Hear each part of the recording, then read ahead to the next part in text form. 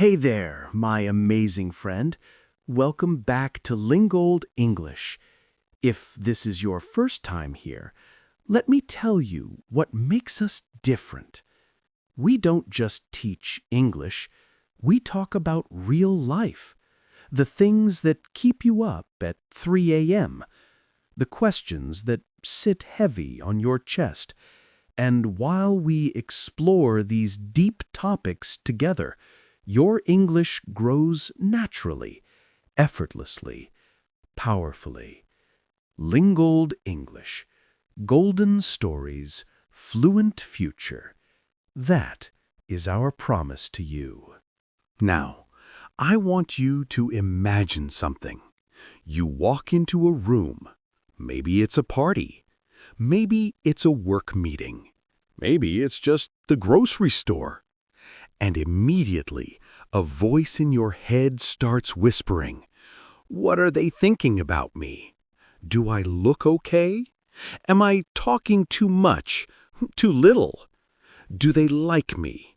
Do they think I'm weird?" That voice, that constant worry about what people really think about you, it controls so many of your decisions, doesn't it? It stops you from speaking up, from being yourself, from taking risks, from dancing, from trying, from living. Today, we are going to change that. We are going to answer the question, what do people really think about you? But more importantly, we're going to show you why it matters less than you think, and how to finally break free from that mental prison. You will learn how to read the real signals people give you, how to stop performing and start being yourself, how to build a reputation of warmth and confidence, and how to live without the constant fear of judgment. This is not just theory. This is practical. This is life-changing. And here is the beautiful part. While you were learning to free yourself from other people's opinions, you were also training your English. Right now, your brain is absorbing natural phrases. Your ears are getting used to real spoken English. Your confidence to understand and express yourself in English is growing, just like your confidence to express yourself in life is growing. By the end of this conversation, you will think differently about yourself, and you will notice your English comprehension has leveled up. 2 transformations, 1 powerful conversation. Lengold English, golden stories, fluent future. So grab your notebook, get comfortable, because what you are about to discover will change how you see yourself, how you walk into rooms, and how you connect with people forever. Are you ready to discover the mirror, the mask, and the truth? Let's begin. Chapter 1. The Prison of Other People's Opinions. Why we care and why we suffer. Let me start with the truth. Caring what people think about you is not wrong. Did you hear that? It is not wrong. We're social creatures. We need connection. We need belonging. So yes, we care. We observe. We adjust. That is normal. That is human. But here is where the problem starts. When that care becomes a prison. When you cannot speak up in a meeting because what will they think? When you cannot dance at a party because people will judge me. When you wear clothes you hate because this is what everyone expects. That is not care anymore. That is fear. and fear makes you small. Imagine you're carrying a mirror, a normal mirror. You use it to check yourself before going out, to fix your hair, to see if you look okay. That's healthy. But now imagine this. You're carrying not one mirror, but 100 mirrors, and each mirror shows you a different version of yourself. One mirror says, "You look great." Another says, "You look terrible." Another says, "You're too much." Another says, "You're not enough." And you are trying to look at all the mirrors at the same time, trying to please every single reflection. My friend, you cannot walk forward like this. You will fall. I knew a woman named Sophia. Smart, talented, but terrified of what people thought. She would practice her words 10 times before speaking in meetings. She would change her outfit 3 times before leaving home. She was exhausted. One day, someone asked her, "Sophia, whose life are you living? Yours or theirs?" She started crying because she realized she had built a whole life around managing other people's opinions, and in that life, there was no space for her. So yes, caring what people think is natural. But when you live for what people think, that is not living. That is performing. And the performance never ends. Write this down. I care what people think, but I will not let that care control my life. Because now we need to understand something important. Most of what you think people are thinking about you, they are not thinking it at all. Chapter 2. The Truth About Attention. You are not the center of their universe. Here is a secret that will set you free. People are not thinking about you as much as you think they are. I know, that sounds harsh, but it is actually good news. You walk into a room and you think, everyone is looking at me. Everyone is judging me, my clothes, my hair, my walk, my words. But the truth? Most people in that room are thinking the exact same thing about themselves. They are worried about their hair, their clothes, their words. Think about yesterday. Can you remember what the person next to you on the bus was wearing? Can you remember what your coworker said in the meeting? Probably not, right? That is because our brains are focused on ourselves, on our own worries, our own problems, our own fears. And if you cannot remember what others did yesterday, why do you think they are remembering everything about you? The spotlight you feel on you, it is not real.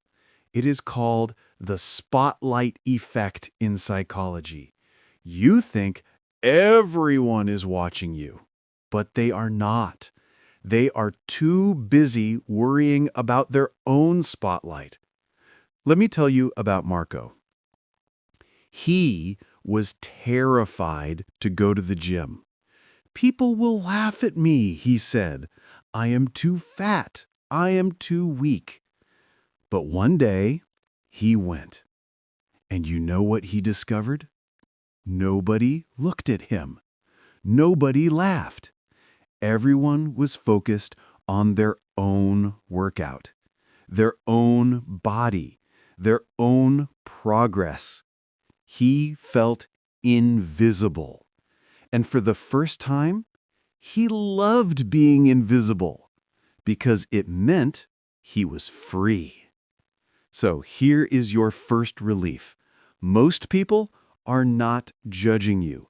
They are too busy judging themselves. And the few who are judging you, let's talk about them next. Chapter 3. The Critics and the Mirrors. Understanding External Judgment. Okay, so some people do judge you. Some people do have opinions. Some people do criticize. What do you do with that? First, understand this. The way people see you says more about them than about you. Let me explain. Imagine 5 people looking at the same painting. One person says, "It is beautiful." Another says, "It is ugly." Another says, "It is too dark." Another says, "It is too bright." Another says nothing because they do not care about art. Did the painting change? No. The painting is the same, but each person sees it through their lens, their values, their experiences, their mood that day. You are that painting, my friend, and everyone has a different lens. But here is the part that will really change you. The criticism that hurts you the most is the criticism you already believe about yourself. Read that again. Let it sink in. If someone calls you lazy, and you do not believe you are lazy, their words don't affect you. You might even laugh. That is not true. But if someone calls you lazy, and deep inside you do believe you are lazy, those words cut like a knife, because they touched a wound that was already there. This means the problem is not the critic outside. The problem is the critic inside your own head. You are your own worst judge. You have already put yourself on trial. And the external criticism, it just repeats the verdict you already gave yourself. Learn about Julia's story. She was terrified of speaking English in public. "People will laugh at my accent," she said. But when we dug deeper, we asked, "Julia, who is laughing? Give us names."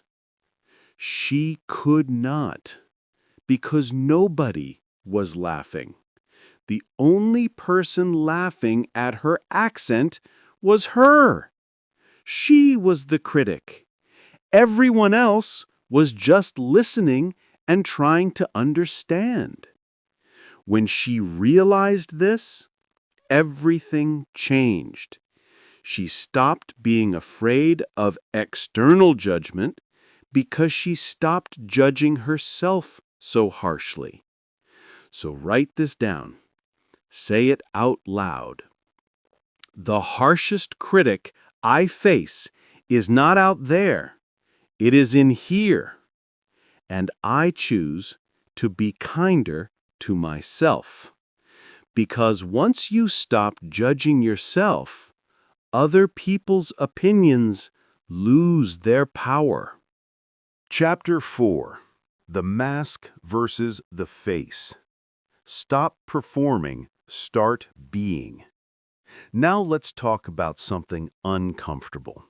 Something most people do without even realizing it. The mask. You wear a mask when you meet new people. You wear a mask at work. You wear a mask with your family. You wear a mask on social media.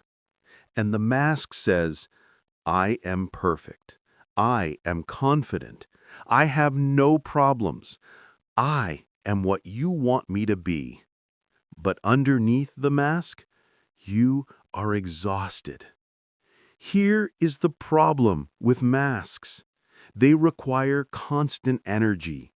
You have to remember who you are pretending to be. You have to monitor every word, every gesture, every expression. And the worst part? Even when people like you, it does not feel good, because they do not like you, they like the mask. Imagine you're a singer, but you always lip sync. You never use your real voice. People applaud, they love the performance, but you feel empty inside. Why? Because the applause is not for you. It is for the recording. That is what happens when you live behind a mask. The love, the approval, the acceptance, none of it reaches you. It reaches the character you are playing. Pedro. At work, he was professional Pedro. Serious, formal, never joking. At home, he was completely different. Funny, relaxed, warm. One day, he made a mistake at work. He made a joke in a meeting. He expected silence. But people laughed. And they said, "Pedro, we did not know you were funny. We like this side of you." He realized he had been hiding his real self for years. And when he finally showed up as himself, people liked him more, not less. So here's the shift I want you to make. Stop impression. Start expression. Impression equals trying to control what people think. Expression is showing who you really are. Impression is exhausting. Expression is freeing. Yes, some people might not like the real you, and that's okay. Because the people who do like the real you, that connection is real. That love is real. That acceptance actually fills you up. Better to be loved by few for who you are than to be loved by many for who you are not. Chapter 5. Reading the Room. The Art of Social Signals. Now let's shift, because while it is true that you should not obsess over what people think, it is valuable to understand social signals. What are social signals? Social signals are the small clues people give you about how they feel. Body language, tone of voice, facial expressions, energy. And learning to read these signals makes you better at connecting with people. Here are some basic signals. Positive signals. They lean toward you when you talk. They make eye contact and smile. They ask you questions. Their body is open, arms not crossed. They laugh at your jokes. Negative signals. They lean away or step back. They look at their phone or around the room. They give short answers. Yes, no, maybe. Their arms are crossed or their body is turned away. They do not ask you questions. Now, here is what is important. These signals are information, not rejection. If someone shows negative signals, it does not mean you are a bad person. It might mean they are tired, They are stressed. They are thinking about something else. They are shy. You're talking about a topic they do not care about. So do not take it personally. Just adjust. Change the topic. Give them space. Or simply move on. Here is a simple exercise. This week, watch people. Not to judge them, but to learn. When you talk to someone, notice, do they seem interested or bored? Do they seem comfortable or uncomfortable? Do they seem open or closed? And then adjust your energy. If they seem tired, be gentle. If they seem excited, match their energy. If they seem closed, give them space. This is not manipulation. This is empathy. This is reading the room. When you learn to read social signals, you stop guessing what people think. You start knowing. And that knowledge gives you confidence. Chapter 6. Building Your Reputation. The 30-Day Reset. Now, let's talk about something practical. Something you can start today. Building the reputation you want. Because here is the truth.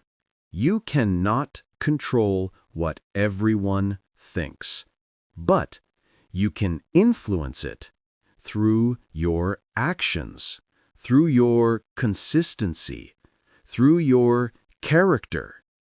And it starts with 3 qualities: warmth, credibility, calm confidence.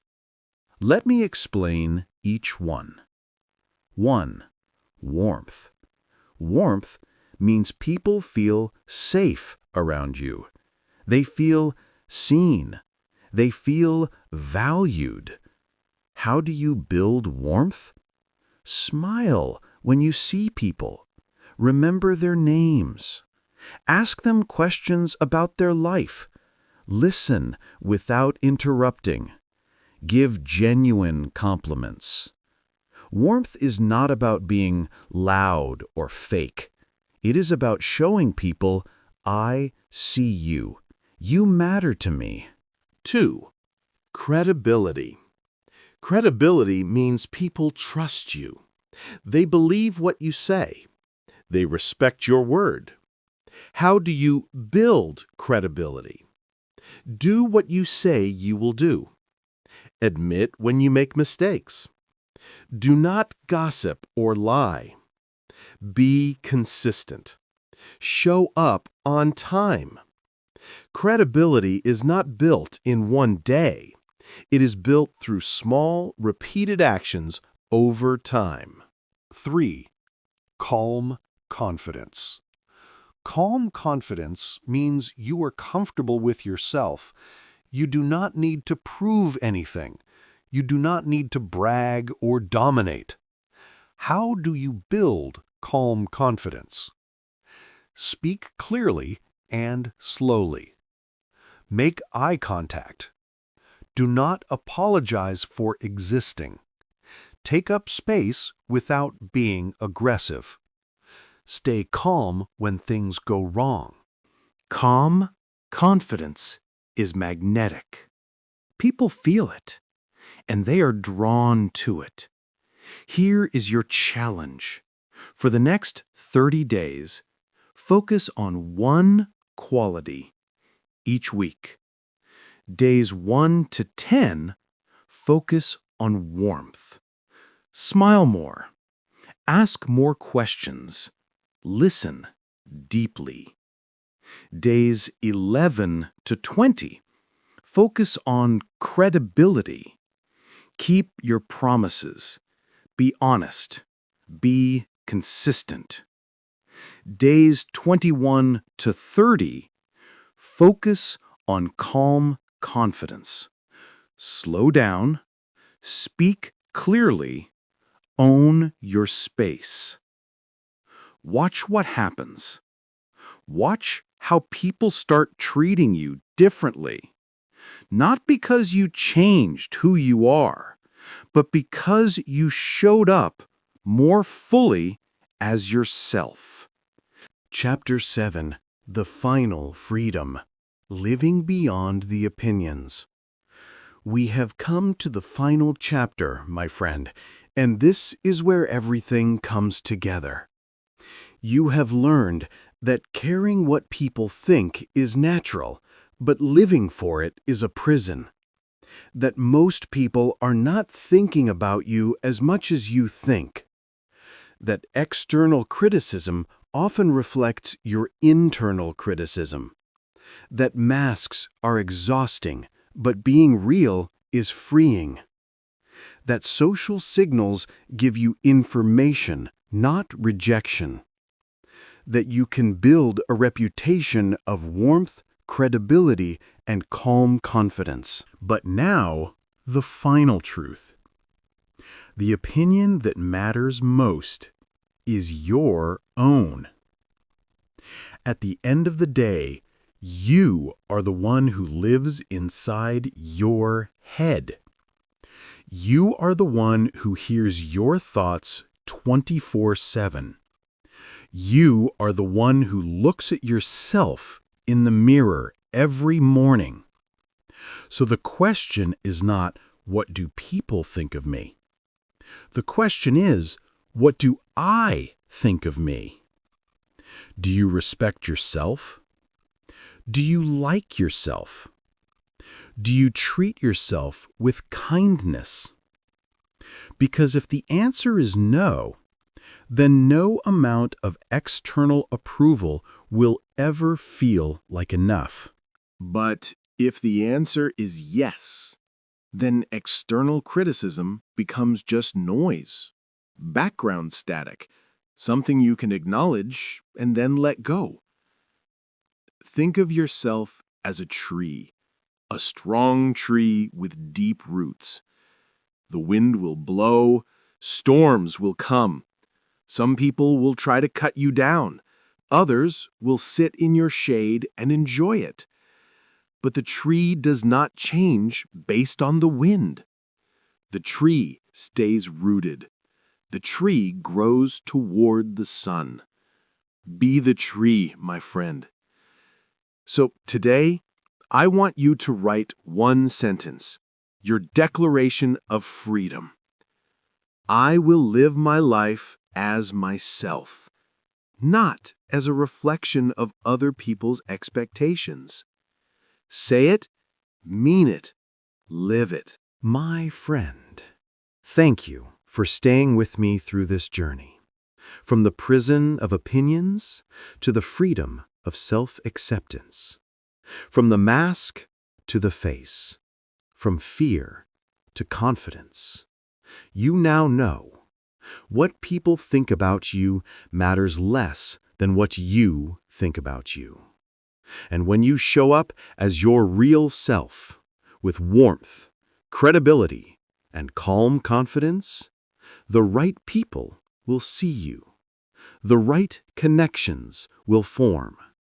And the wrong opinions, they will fade into the background where they belong.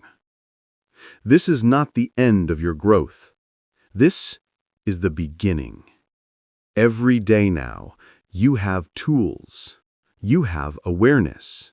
You have freedom. And remember, while you are becoming more confident in life, your English is also becoming more confident. That is the LengoldEnglish promise. Golden stories, fluent future. If this video helped you see yourself more clearly, share it with someone who needs this message. Leave a comment below telling me, what is one mask you are ready to take off? And subscribe to LengoldEnglish, because every week we grow together. More truth, more tools, more transformation. Now go. Be yourself. Be free. Be brave.